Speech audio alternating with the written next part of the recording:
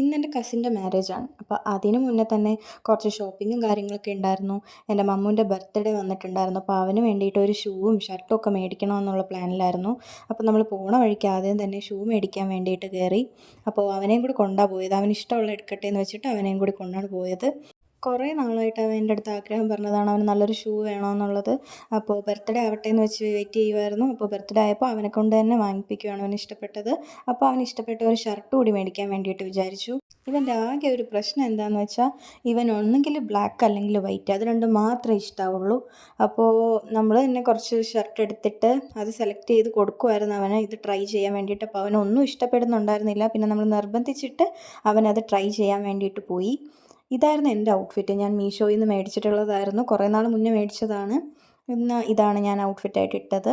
Okay, അപ്പോൾ അവൻ ഓരോ ഡ്രസ്സായിട്ട് ട്രൈ ചെയ്ത് വരുമായിരുന്നു. ആദ്യത്തേത് അവനൊട്ടും ഇഷ്ടമായില്ല, രണ്ടാമത്തേത് നമുക്കും അത്ര ഇഷ്ടമായില്ല. പിന്നെ വീണ്ടും നമ്മൾ വേറെ നോക്കി. അപ്പോൾ അവനും നമുക്കും ഇഷ്ടമായിട്ടുള്ളൊരു ഷർട്ട് കിട്ടി. അങ്ങനെ അത് ട്രൈ ചെയ്തു. അത് ഓക്കെ ആയിരുന്നു. അവന് നന്നായി പക്കാ മാച്ചായിരുന്നു. അപ്പോൾ അത് തന്നെ എടുക്കാൻ വേണ്ടിയിട്ട് തീരുമാനിച്ചു. അപ്പോൾ നമ്മൾ ബില്ല് ചെയ്യാൻ വേണ്ടിയിട്ട് അതും കൊണ്ടു കൊടുത്തു. ബില്ലിങ്ങിന് വേണ്ടി നമ്മൾ വെയിറ്റിംഗ് ആണ്. അത് കഴിഞ്ഞ് നമുക്ക് നേരെ ഇനി മെഹന്തിക്ക് പോവേണ്ടതാണ്. അതിന് മുന്നേ എനിക്ക് ചെറിയൊരു ഷോപ്പിങ്ങും കൂടെ ഉണ്ടായിരുന്നു.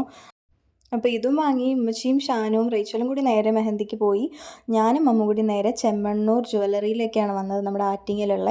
കഴിഞ്ഞ തവണ വന്നപ്പോൾ ഒരു മാലയാണ് മേടിച്ചിട്ടുണ്ടായിരുന്നത്. അപ്പോൾ ഇത്തവണ ഞാനൊരു റിങ് മേടിക്കാനുള്ള ഫണ്ടുമായിട്ടാണ് വന്നത്. കുറേ നാളായിട്ട് വിചാരിക്കുന്നു. അപ്പോൾ ഇപ്പോൾ തന്നെ മേടിക്കാമെന്ന് വിചാരിച്ചു. കയ്യിലിരുന്ന ആ പൈസ ഞാൻ മന്തി കഴിച്ച് തീർക്കത്തേ ഉള്ളൂ. ഇതാവുമ്പോൾ ഇതൊരു സേവിങ്സ് ആണല്ലോ. കഴിഞ്ഞ തവണ വാങ്ങിച്ച മാല ഒന്ന് മാറ്റി വാങ്ങണമെന്ന് കൂടി വിചാരിച്ചു. പക്ഷേ അത് നടന്നില്ല. പിന്നെ റിങ് മാത്രം വാങ്ങിച്ചു. അപ്പോൾ ബാക്കി വിശേഷം അടുത്ത വീഡിയോയിൽ കാണാം.